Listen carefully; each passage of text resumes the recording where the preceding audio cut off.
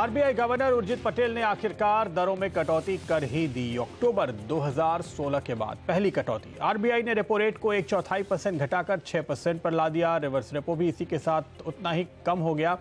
तो अब सीआरआर में हालांकि कोई बदलाव नहीं किया गया है। आरबीआई का ये मानना है कि अच्छी बारिश और सप्लाई लाइन सुधरने से महंगाई कुछ कम हुई है, लेकिन कर्ज माफी, जीएसटी और वेतन वृद्धि से आगे महंगाई को हवा मिल सकती है। ऐसे में हमारे और आपके लिए क्या है इस पॉलिसी में, इसी को करेंगे आगे डीकोड। हमारे साथ इकरा के principal economist Aditi Nayar, DLF के group ED Rajeev Talwar, SBI के एमडी पीके गुप्ता और मार्केट एक्सपर्ट अजय बग्गा इस चर्चा में जुड़ रहे हैं। गुप्ता साहब, पहले आपसे जानना चाहेंगे, इस रेट कट के बाद पॉलिसी की जो प्रेस कॉन्फ्रेंस थी उसमें खास तौर पे ट्रांसमिशन पर जोर दिया गया। इनफैक्ट एक कमेटी बनाने की बात भी पॉलिसी के साथ जो एक दूसरी रिलीज इशू की गई है उसमें बताई गई है। क्या आपको लगता है कि ये ट्रांसमिशन 25 बेसिस पॉइंट का हम जल्दी होते हुए देखेंगे?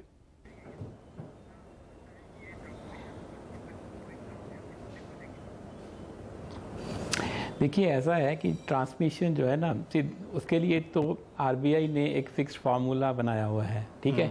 अभी जो एमसीएलआर रेट वगैरह जो हम फिक्स करते हैं उसको वो डिपेंड करता है कि हमारे डिपॉजिट रेट्स क्या हैं, उसके ऊपर वो रहता है एक्चुअली। ओके, अभी जो प्रेस कॉन्फ्रेंस में उन्होंने जो बात की है, आरबीआई जो है वो सोच रहा है कि बिल्कुल कोई नई पद्धति लेके आएंगे जिसमें मार्केट बेस्ड बेंचमार्क्स के बेसिस के ऊपर वो जो है लैंडिंग रेट्स बैंक के फिक्स हो सकें। अभी तक आप जो देखेंगे कि बैंक्स के जो डिपॉजिट्स हैं, ओके, और जो टोटल फंड्स हैं वो 97% जो है वो डिपॉजिट से आते हैं एक्चुअली। ओके, तो ट्रांसमिशन अगर बैंक को करना है तो उसके लिए पहले डिपॉजिट रेट्स कम कर पड़ेंगे, उससे बैंक की जो कॉस्ट ऑफ डिपॉजिट कम होगी, उसके लिए थोड़ा समय लगता है, और उसके बाद लैंडिंग रेट्स में कट होता है। तो ये सिस्टम जो है पहले बेस रेट था तब चल रहा था, तो उसके बाद आरबीआई ने जो है वो एमसीएलआर जो है रिजीम लेके आया। एमसीएलआर रिजीम में क्या होता है कि जो हमारा बैंक का जो टोटल बेस है, चाहे वो सेविंग्स बैंक हो, करंट अकाउंट हो, फिक्स डिपॉजिट्स हो, सबको लेके जो हमारी मार्जिनल कॉस्टिंग है उसके हिसाब से हम अपना रेट फिक्स करते हैं। एक्चुअली गुप्ता साहब, उसके हिसाब से जो है वो ये सिस्टम जो है पिछले लगभग एक साल हमें ये लग रहा था बिल्कुल कि अब तो आरबीआई खुश होगा कि अब तो बैंक्स बिल्कुल ट्रांसपेरेंट हो गए। फॉर्मूले के मुताबिक हर महीने फैसला होता है, 5 बिप्स हो तो 5, 10 हो तो 10, 15 हो तो 15। अब भी आरबीआई नाखुश है, इसकी क्या वजह है? कोई बातचीत हुई है आप लोगों की मीटिंग्स में? आरबीआई की ओर से कुछ कहा गया है इस बारे में?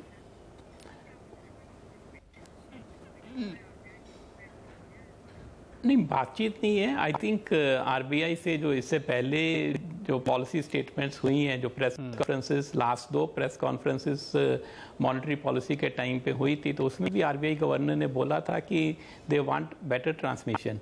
सी, आई थिंक आज जो पॉइंट आरबीआई ने रखा है उसमें ये कह रहे हैं कि जो नए लोन हैं उनको तो कम रेट का फ़ायदा हो रहा है, लेकिन जो एग्जिस्टिंग लोन्स हैं उनको कम रेट का फ़ायदा जो है वो काफ़ी देर से हो रहा है।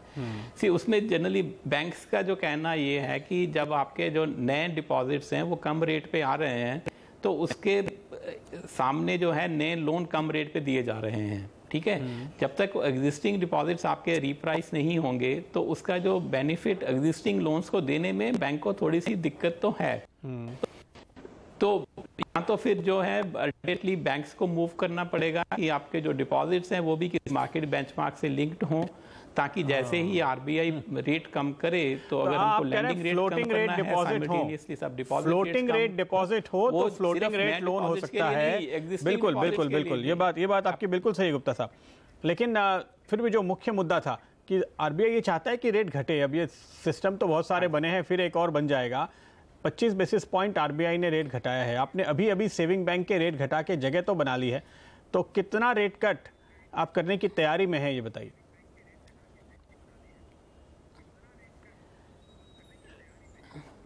नहीं, वो तो हमारी एल्को बैठे उसमें हम फैसला लेंगे। जो एग्जिस्टिंग जो रेट कम किया है हमने सेविंग्स बैंक के ऊपर, जैसा हमने पहले बोला है कि डीमोनेटाइजेशन के समय में बैंक के पास बहुत ज़्यादा सेविंग्स बैंक में और करंट अकाउंट में डिपॉजिट्स आए। स्टेट बैंक को अकेले लगभग 1.5 लाख करोड़ का जो डिपॉजिट आया था उससे हमारी कॉस्ट ऑफ फंड्स जो है उन 2 महीनों में काफ़ी कम हो गई थी। तो उसको चलते हमने 1 जनवरी से अपना एमसीएलआर 90 बेसिस पॉइंट्स कम किया था। मेरे को नहीं लगता कि किसी भी एक समय में इतना बड़ा लैंडिंग रेट्स में कट किसी भी बैंक ने किया होगा इंडिया में। तो अब लेकिन क्योंकि वो डिपॉजिट्स जो डिमोनेटाइजेशन वाला वापस जाना शुरू हो गया, कुछ जो है फिक्स्ड डिपॉजिट में कन्वर्ट हो गया, कुछ लोगों ने विड्रॉ कर लिया, तो उसकी वजह से हमको जो एग्जिस्टिंग MCLR है उसको भी मेंटेन करना काफ़ी मुश्किल हो रहा था। तो अभी बैंक के सामने जो है वो दो ही ऑप्शंस थे, या तो हम MCLR को बढ़ाएं या फिर हमारा सेविंग्स रेट कम करें। तो आई थिंक अभी सॉफ्टर इंटरेस्ट रेट रजीम की तरफ बढ़ रहे हैं, तो उसमें जो है MCLR बढ़ाने तो कुछ स्कोप नहीं है इस वक्त। अब ये देखने वाली बात होगी कि फाइनली बदलाव क्या होता है। जाहिर है कि आप इस वक्त कमिट नहीं करना चाहते, लेकिन राजीव तलवार साहब, आज रेट कट जो हुआ है पिछले 10 महीने के इंतजार के बाद अक्टूबर 2016 में हुआ था, बड़ी अच्छी खबर है, आप मानेंगे, अपनी इंडस्ट्री या इन जनरल इंडस्ट्री के लिए? जी हाँ, जनरल ये खबर बड़ी अच्छी है और एक पहला कदम है, क्योंकि सबको यही आशा थी कि ये 50 पॉइंट्स कम होगा। मैंने अपना career state bank of India में शुरू किया था और हम लोग यही मानते हैं कि जो भी स्टेट बैंक करता है वो सही करता है।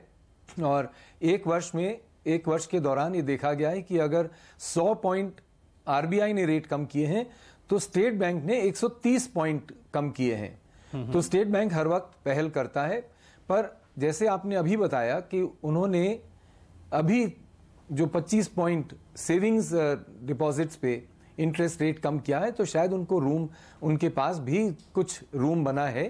तो आशा यही होगी कि जितने नए निवेशक हैं, जितने यंग लोग हैं जो कि 50 लाख तक लोन लेना चाहते हैं, अपना पहला घर खरीदना चाहते हैं, उनमें बढ़त करने के लिए, इस कारण से कि home loans safest asset class है, तो हमें ये पूरी आशा है कि रेट्स और कम होंगे।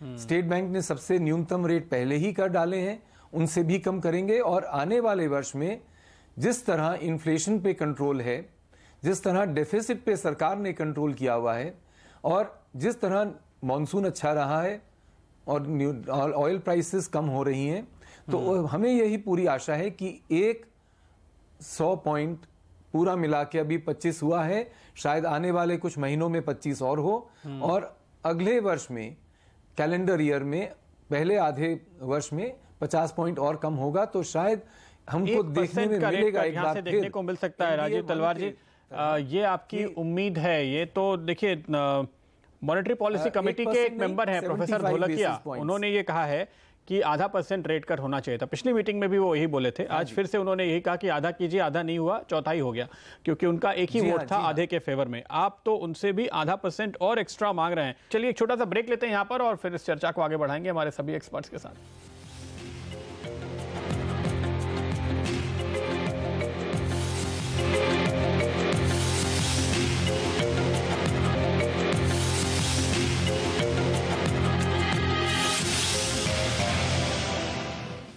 स्वागत है आपका एक बार फिर हमारी इस चर्चा में, और हम RBI की क्रेडिट पॉलिसी के बाद बात कर रहे हैं अपने एक्सपर्ट्स के साथ कि आगे अब क्या उम्मीद रखनी चाहिए। इकरा की अदिति नायर हमारे साथ जुड़ चुकी हैं। अदिति, आपका क्या अंदाज़ा है, जिस तरह से इस वक्त तलवार साहब कह रहे थे कि अभी यहाँ से कम 75 बेसिस पॉइंट और साल भर में कट होना चाहिए, होगा? प्रदीप जी, जिस तरह से हम आज की पॉलिसी को ब्रेक डाउन कर रहे हैं, समझने की कोशिश कर रहे हैं कि MPC मेंबर्स का क्या रुख है, मेरे हिसाब से अब रेपो रेट ऑलरेडी 6% पे आ चुका है, और जो रिवाइज बेसलाइन प्रोजेक्शन इन्फ्लेशन की आज बताई है MPC ने, वो जून के प्रोजेक्शन से नीचे है, लेकिन अभी भी वो Q4 में एक्सपेक्ट कर रहे हैं कि CPI इन्फ्लेशन 4% के थोड़े ऊपर होगी। और जैसे मैंने कहा, रेपो रेट ऑलरेडी 6% पे आ चुका है। तो अब जब तक 6 महीने आगे या 1 साल आगे की प्रोजेक्शन 4% के कंफर्टेबली नीचे नहीं आ जाती, या इन्फ्लेशन कंटिन्यूअसली आगे जाकर भी जो एक्सपेक्टेशन है उसको अंडरशूट नहीं करता, तब तक आई थिंक हमें ना तो स्टांस का चेंज अकोमोडेटिव तक एक्सपेक्ट करना चाहिए, और ना ही हमें एक और रेट कट एक्सपेक्ट करना चाहिए। तो मुझे तो यही लगता है कि अब हम एक्सटेंडेड पॉज के फेज में एंटर हो चुके हैं, क्योंकि हमारा भी जो CPI इन्फ्लेशन का जुलाई का फोरकास्ट है वो डेफिनेटली 2% के तो ऊपर ही है, 1.5% के आसपास तो वो नहीं है। तो मेरे हिसाब से अब थोड़ा एक्सटेंडेड पॉज का सिचुएशन शुरू हो चुका है, और वो ब्रेक तभी होगा अगर सिग्निफिकेंटली अंडरशूट होगा एक्चुअल इन्फ्लेशन में या 4% से काफी नीचे आप कह रहे हैं कि रेट आना चाहिए। बग्गा साहब, अगर एक ऐसा सिनेरियो हम देखते हैं जहां पर इन्फ्लेशन 4, सवा 4, 4.5 के आसपास चल रही है और उसी समय हमारी ग्रोथ रेट जो इस समय ऑलरेडी ब्रेक लगाई हुआ है ऐसी ही रहती है, अगर आईआईपी का हाल ऐसा ही रहता है, कंपनियों के नतीजे ऐसे ही आते हैं, एनपीए ऐसे ही बढ़ते रहते हैं, तो क्या वाकई आरबीआई 4% के इन्फ्लेशन पे ही नजरें टिका के रखेगा या आज की पॉलिसी मीटिंग और प्रेस कॉन्फ्रेंस से आपको थोड़ा अलग संकेत मिला है? नहीं प्रदीप जी, क्योंकि इन्होंने ऑब्जेक्टिव ले लिया है इन्फ्लेशन टारगेटिंग का, तो अब उम्मीद नहीं रखनी चाहिए रेट कट की, स्पेशली इस कैलेंडर ईयर में तो बिल्कुल नहीं है उम्मीद। पॉज में आगे से बिल्कुल यहाँ पर एक बात देखिए, दूसरी बात सरकार ने जो टारगेट दिया है, सरकार ने टारगेट दिया है 2 से 6% का।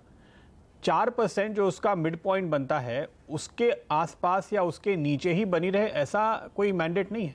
6 के ऊपर नहीं जाना चाहिए, ये मैंडेट है। ये 4% तो आरबीआई ने खुद से या पटेल साहब ने खुद से तय किया है या मॉनेटरी पॉलिसी कमेटी ने कहा है कि हम 4 के नजदीक रखना चाहते हैं, पर क्या वो प्रायोरिटी वाकई होनी चाहिए इस वक्त?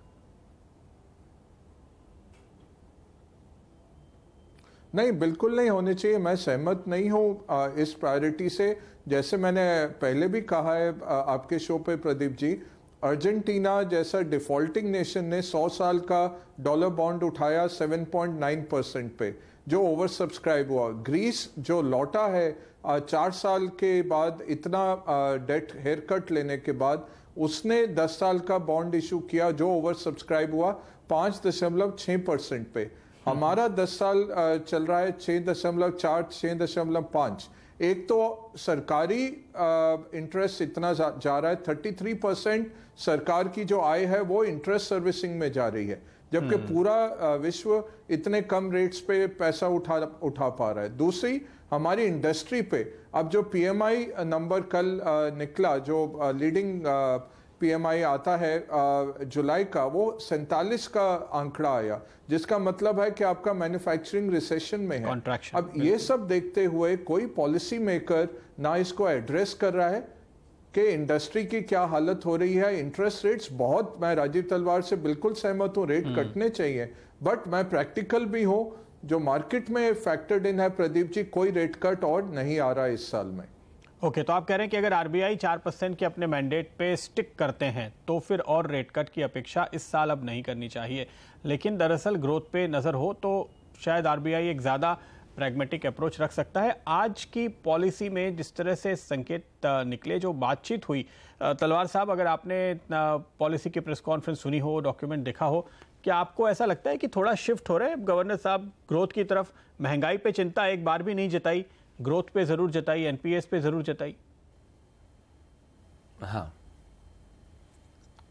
नहीं जी, देखिए उनके सामने भी कई मुद्दे हैं, पर मेरे विचार में कभी ना कभी एक बड़ा कदम किसी को उठाना पड़ेगा कि जो कॉस्ट ऑफ मनी है, अगर वो नहीं कम होती इंडिया में, तो ना तो आपका निवेश होगा इमारतों में या घरों में, ना ही इंडस्ट्रियल प्रोडक्शन में और ना ही मैन्युफैक्चरिंग में। तो उसको बढ़ाने के लिए जरूर, और बहुत अच्छे विशेषज्ञ हैं जो अपने आप भी विशेषज्ञ हैं, उर्जित पटेल साहब, और उनके सहयोगी भी बहुत अच्छे हैं, तो उनको जरूर कभी ना कभी इस देश की ये चुनौती का सामना करना पड़ेगा कि हम लोग ग्रोथ रेट कैसे बढ़ाएं, नौकरियां कैसे बढ़ाएं और कैसे प्रगति की ओर चलें। नहीं तो हम लोग पिछले 6-7 वर्षों से यही देखते आ रहे हैं कि हम लोग इन्फ्लेशन टारगेटिंग करके हर दर को कम देख रहे हैं और हर प्रगति की ओर कुछ कमी हो रही है। तो उसको बढ़ावा देने के लिए जीडीपी ग्रोथ रेट को जरूर बढ़ावा देना जो शिफ्ट होने वाला है उसके लिए आज जो खास बात गवर्नर साहब ने आज कही है, उनका ये कहना है कि अफोर्डेबल हाउसिंग एक बड़ा ड्राइवर हो सकता है जो ग्रोथ को बूस्ट करेगा, स्टिमुलेट कर सकता है। अदिति, आपसे ये समझना चाहेंगे कि जो इन्फ्लेशन का अनुमान है, अब देखिए प्रोफेसर धोलकिया ने पिछले 2 मीटिंग से ये स्टैंस ले लिया है कि आरबीआई का जो अपना ऑफिशियल एस्टिमेट है इन्फ्लेशन का, वो थोड़ा ज्यादा ही कंजर्वेटिव है।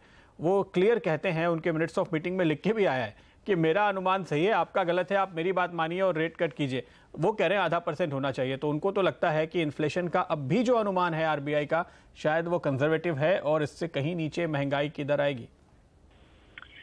प्रदीप जी, डेफिनेटली इस बार के मिनट्स ऑफ द मीटिंग बहुत ही ज्यादा इंटरेस्टिंग रहेंगे, क्योंकि अब काफी अलग अलग व्यूज क्रिस्टलाइज होके एमपीसी मेंबर्स के सामने आ रही हैं। अब ढोलकिया साहब ने तो अपना पिछली बार भी 50 बिप्स का रेकमेंड करा था वोट कार्ड, जो उन्होंने इस बार भी किया है। 4 मेंबर्स ऐसे हैं जो पिछले बार स्टेटस को पे थे, जो अब 25 बेसिस पॉइंट्स के कट पे आ गए। तो ऑलरेडी थोड़ा सा व्यूज चेंज तो ऑब्वियसली हुए ही हैं। हमने ऑलरेडी देख लिया है कि इन्फ्लेशन ने एक्सपेक्टेशंस को अंडरशूट किया है। अब आगे जाके ट्रेजेक्टरी भी उन्होंने लोअर करी है, लेकिन अभी भी बेस इफेक्ट हट जाने से एक अप ट्रेंड सारे एमपीसी मेंबर्स एक्सपेक्ट कर ही रहे हैं। और ये एक ऐसी चीज है, मैं भी यही कहती हूँ, मेरा भी एक्सपेक्टेशन, जैसे मैंने पहले कहा था, जुलाई की जो हमारा सीपीआई इन्फ्लेशन का प्रोजेक्शन है वो 2 से 2.5% के बीच में है। तो ऑलरेडी अपटिक जुलाई में ही शुरू हो जाएगी और बढ़कर अक्टूबर से मार्च तक मेरे हिसाब से 4-4.5% के बीच में रहेगी सीपीआई इन्फ्लेशन। ये भी अब हम इग्नोर नहीं कर सकते। 1.5% हमारा सस्टेनेबल बेंचमार्क नहीं है। जो अभी 2-3 महीने के लिए आपको लग रहा है कि इन्फ्लेशन इतनी गिर गई है तो कंसर्न ही नहीं बची इन्फ्लेशन की। आई डोंट थिंक ये करेक्ट असेसमेंट है। इसमें तो कोई शक ही नहीं है, हमारा एवरेज तो इससे काफी ज्यादा ऊपर आता है दरअसल।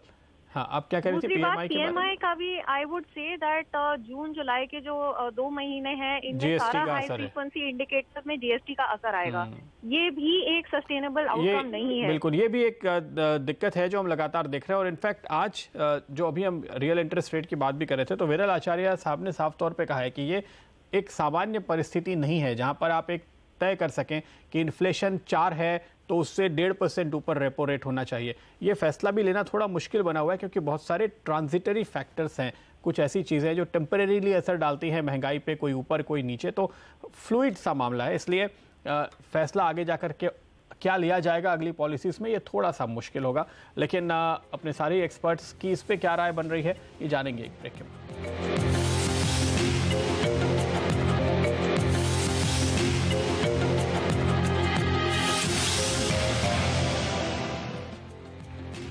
आप देख रहे हैं आरबीआई की पॉलिसी पर हमारी खास चर्चा। डीएलएफ के राजीव तलवार, एसबीआई के एमडी पीके गुप्ता, मार्केट एक्सपर्ट अजय बग्गा और इकरा की अदिति के साथ। फिलहाल हम यहाँ पे बग्गा साहब एक बात आपसे जानना चाहेंगे, वो ये कि बाजार पर इसका क्या असर आप देखते हैं? जो 4 बेसिस पॉइंट का रेट कट हुआ है, सेंटिमेंट के तौर पे, री रेटिंग के तौर पे, या कंपनीज के मुनाफे के तौर पे?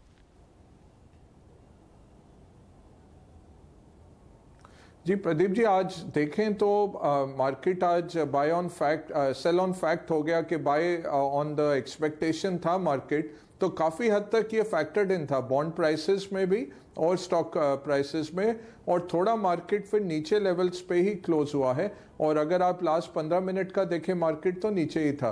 तो ओवरऑल मार्केट में थोड़ा डिसअपॉइंटमेंट है, क्योंकि उम्मीद बन रही थी कि शायद एक स्ट्रॉन्ग मूव करे आरबीआई, 50 बेसिस पॉइंट काटते, 25 बेसिस पॉइंट मोर और लेस फैक्टर्ड इन था। तो मार्केट स्टेबल ही रहा।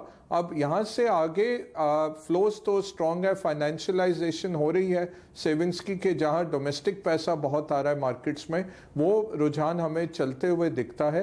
तो ओवरऑल मार्केट्स हमें स्टेबल दिखते हैं। थोड़ा सा कॉशन है जरूर, क्योंकि जुलाई का इतना अच्छा परफॉर्मेंस रहा है, इस साल ऑलरेडी इतना अच्छा परफॉर्मेंस रहा है। बिल्कुल साहब, ऐसे में सवाल एक उठता है, देखिए एक छोटे निवेशक के लिए कि फाइनेंशियलाइजेशन का मतलब है कि आप सबको फाइनेंशियल एसेट में निवेश करना है, गोल्ड नहीं, प्रॉपर्टी नहीं। तो ऐसे में जो बाजार में लोग नए आ रहे हैं इतनी रफ्तार से, इस वक्त के हालात को देखते हुए आप उन्हें क्या कहेंगे? वो क्या प्योर इक्विटी में वाकई निवेश करें, या फिर वो बैलेंस फंड में जाएं, थोड़ा डेट फंड में जाएं, क्या करना चाहिए? अगर एसआईपी के थ्रू आते हैं, थोड़ा थोड़ा निवेश हर महीने करें, वो बेस्ट है। तो प्योर इक्विटी भी नहीं तो बैलेंस फंड बेहतर है, जिसमें एक इक्विटी और डेट दोनों का मिश्रण रहेगा। मार्केट्स अभी काफी ओवर वैल्यूड पोजीशन में है। यहाँ पे प्रदीप जी जो करेक्शन आएगा वो बाहर से ही आएगा, कुछ जियोपॉलिटिक्स आएगा या ट्रंप की तरफ से यूएस का बजट का। अब डेट में तो मौका काफी कम हो गया ना, आने वाली है। अब डेट में तो मौका कम हो गया जब आप कह रहे हैं कि आपको रेट कट नहीं दिखते। जी डेट में